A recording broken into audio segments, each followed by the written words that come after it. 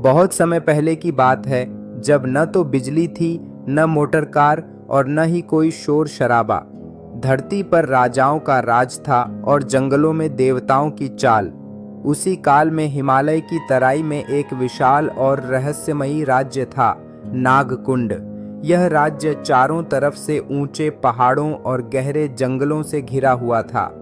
कोई आम मनुष्य वहां पहुंच ही नहीं सकता था, और जो पहुंचता भी था वह लौटकर कभी नहीं आता।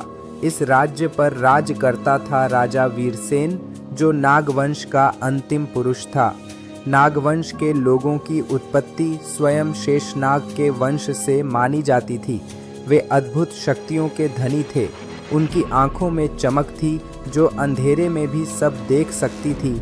उनकी त्वचा पर हल्की सी नीली आभा थी और वे सर्पों से बात कर सकते थे।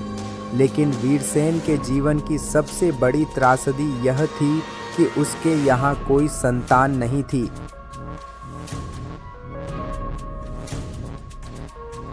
राजा की रानी मृणालवती अत्यंत सुंदर, धैर्यवान और ज्ञानी स्त्री थी। दोनों ने वर्षों तक संतान प्राप्ति के लिए यज्ञ किए, व्रत रखे, तांत्रिकों और ऋषियों की शरण में गए, लेकिन सफलता नहीं मिली। अंततः उन्होंने ये स्वीकार कर लिया कि शायद नियति को यही मंजूर है। लेकिन तभी एक दिन कुछ ऐसा घटा जो इस पूरी धरती की दिशा बदल सकता था। एक अमावस्या की रात थी।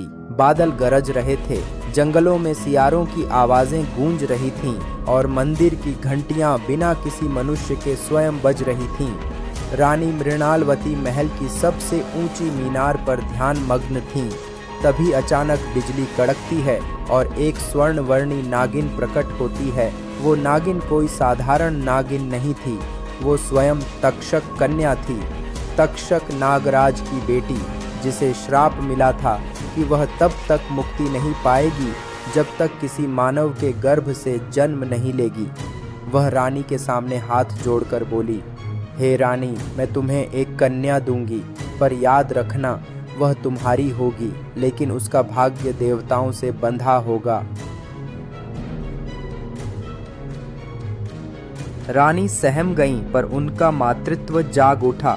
उन्होंने स्वीकृति दी। उसी रात एक दिव्य प्रकाश से रानी गर्भवती हो गईं। 9 महीने बाद एक सुंदर कन्या ने जन्म लिया। उसका नाम रखा गया नागश्री। नागश्री बचपन से ही साधारण नहीं थी। जब वो हंसती थी, फूल खिलते थे। जब वो रोती थी, बारिश होती थी। उसके कदमों के निशान चमकते थे और सर्प उसकी रक्षा करते थे।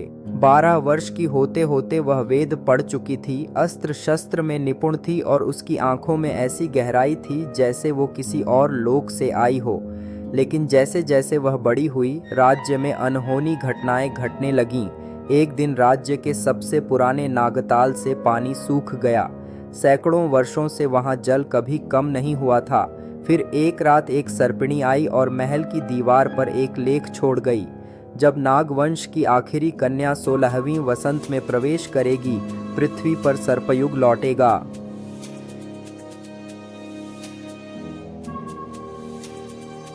राजा रानी घबरा गए। उन्होंने पुरोहितों को बुलाया, मंत्रियों से सलाह की, पर किसी को समझ नहीं आया कि इसका अर्थ क्या है।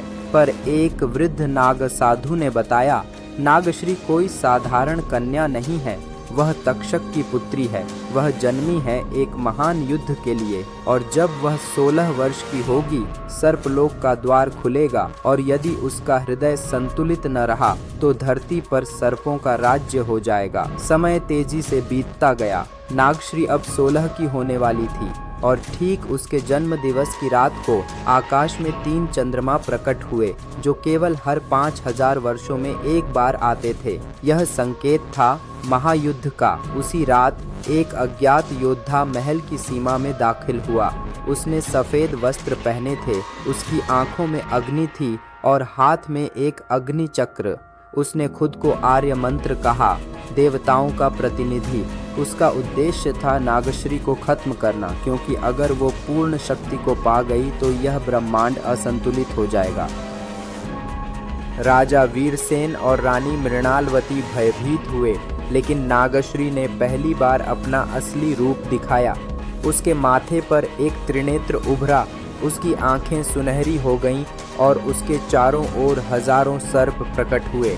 उसने घोषणा की, मैं युद्ध नहीं, संतुलन चाहती हूँ। आर्य मंत्र ने हमला किया और आकाश में महायुद्ध छिड़ गया, सर्पों और अग्नियों का। धरती कांप रही थी, पेड़ जल रहे थे, हवाएं थम गई थीं, लेकिन अंत में नागश्री ने अपने हृदय की शक्ति से सबको शांत कर दिया। उसने कहा, मैं अब लौटती हूँ अपने असली लोक में, लेकिन तब लौटूंगी जब धरती फिर से असंतुलन की ओर बढ़ेगी। उसने अपने माता पिता को अंतिम प्रणाम किया और हिमालय की सबसे ऊंची चोटी पर जाकर ध्यानस्थ हो गई। वहीं उसका देहांत हुआ और वहीं एक विशाल मंदिर बना, नागश्री देवी का मंदिर, जो आज भी वहाँ स्थित है, लेकिन वहाँ कोई आम मनुष्य नहीं जा सकता। कहते हैं वहाँ हर सावन की रात उसके कदमों की आहट सुनाई देती है। और इस प्रकार नागवंश की आखिरी रानी ने इस संसार को संतुलन का संदेश दिया। एक ऐसी शक्ति जो विनाश कर सकती थी, उसने निर्माण का मार्ग चुना। यही है उसकी सबसे बड़ी जादुई शक्ति, हृदय का संतुलन।